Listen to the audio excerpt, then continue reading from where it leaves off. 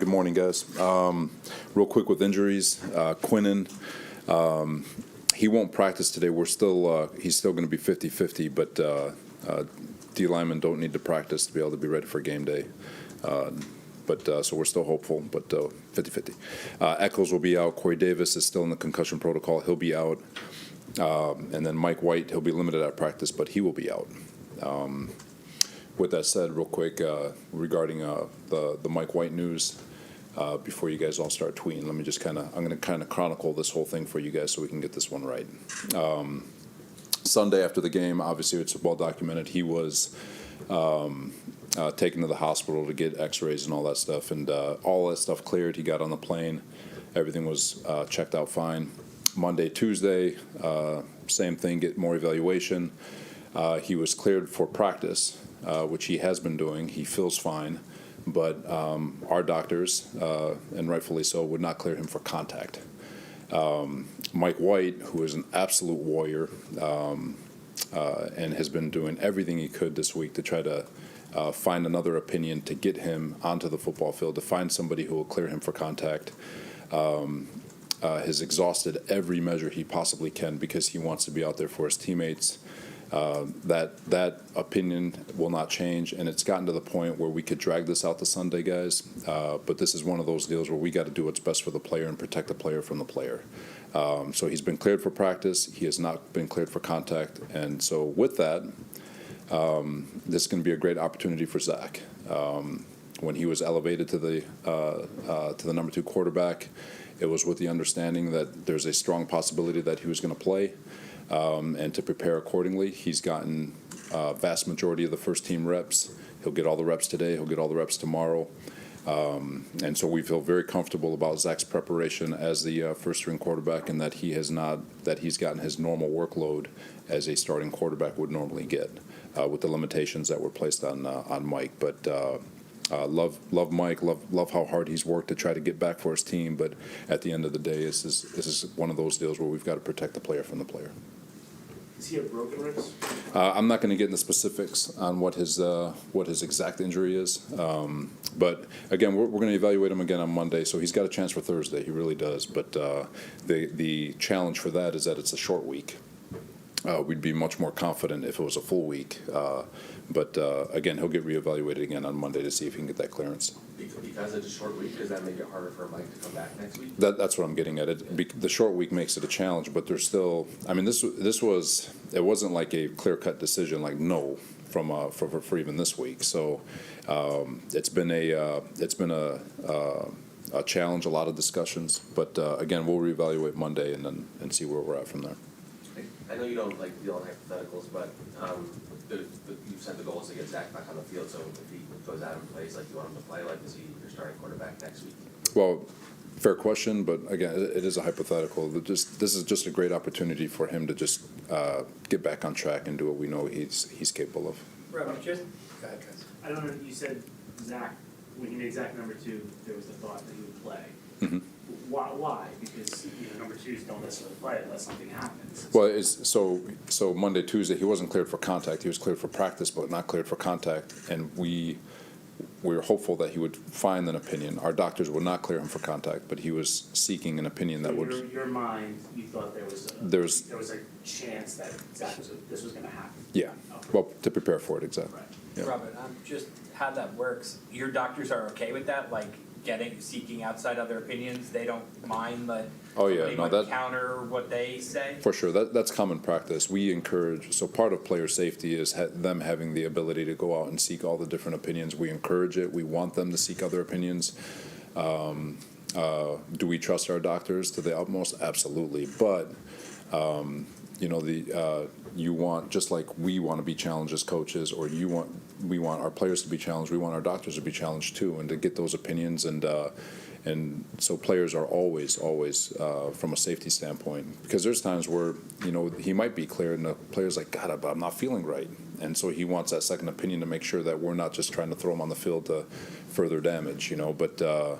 Because I've seen that in this league before. So for the players, and this is league-wide, yeah, those opinions are always welcome and encouraged. What was the conversation like with Mike when you told him he wasn't going to be able to play? And obviously this is you know, his career, he's fighting for his career here, so just how did he handle that? He's great. We all love Mike. He's, like I said, he's an absolute warrior. He's been relentlessly fighting to try to find a way to get back on the football field this week, and pressing taking advantage of being just limited, and trying to be there for his team. But at the end of the day, like I said, this is one of those deals where we got to protect him from him. He seemed pretty confident throughout the week. In fact, I think even yesterday he said, "Yeah, there's no doubt in my mind." But if we cross that bridge, I guess. Yeah, it's yeah, and if you talk to him, he's not BSing. He feels fine. He can throw a ball fine. He is not in pain. It's a contact issue, and so with that, it's like I said, if it was 7-on-7, he'd be out there playing, but it's not.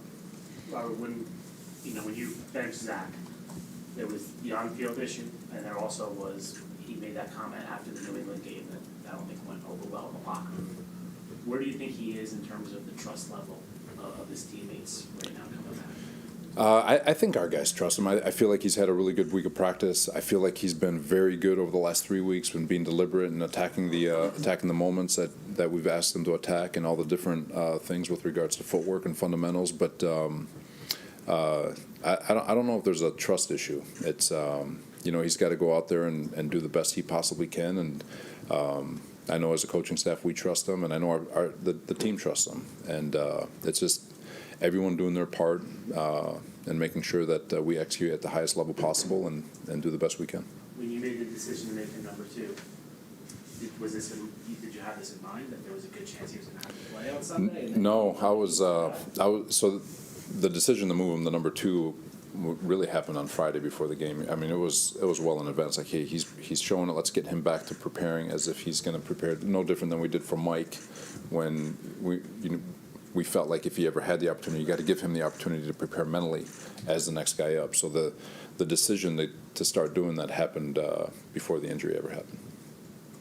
He's coming into a situation where obviously you guys have a lot on the line on Sunday, and he has a lot on the line because he's trying to prove that he can get back to where he was. So how mentally do you want him to approach that? He just has to focus on the moment. Every game in the NFL is on the line. Every play is on the line. Every decision is on the line, and we feel like Zach has proven. I mean, he's played very good football for us, and we did go 5-2 with him at quarterback. And part of that are things that don't show up in the stat sheet with regards to evading pressure, extending plays, taking care of the football.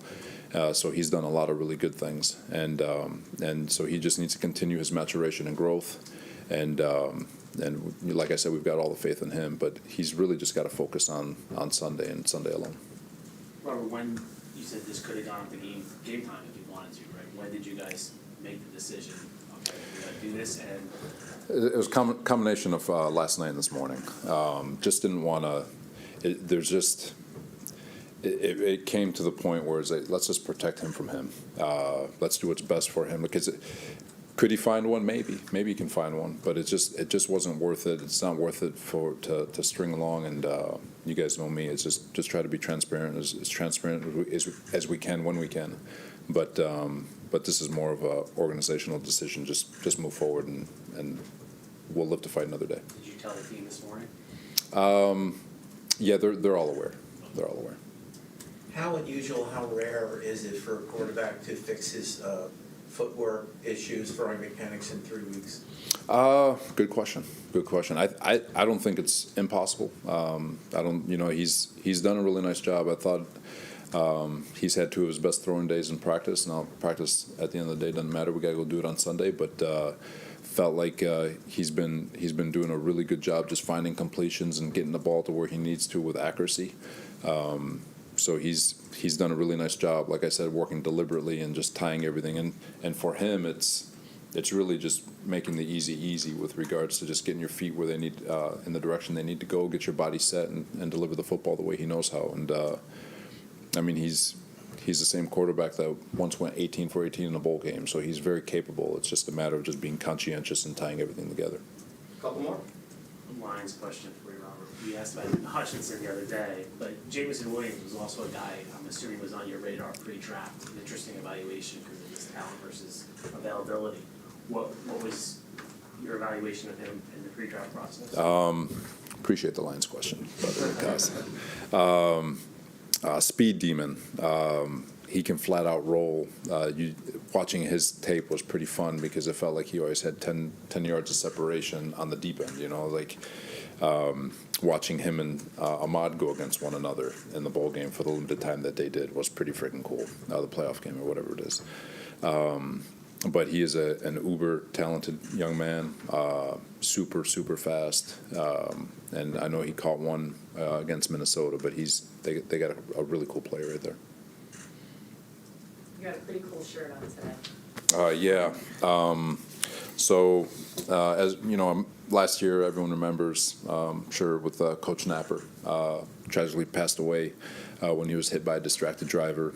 So we're wearing this shirt to remember Coach. He had a long tradition of running the stadium steps before every game, and so we are, as a staff, running the steps on Sunday. This represents that there's close to 1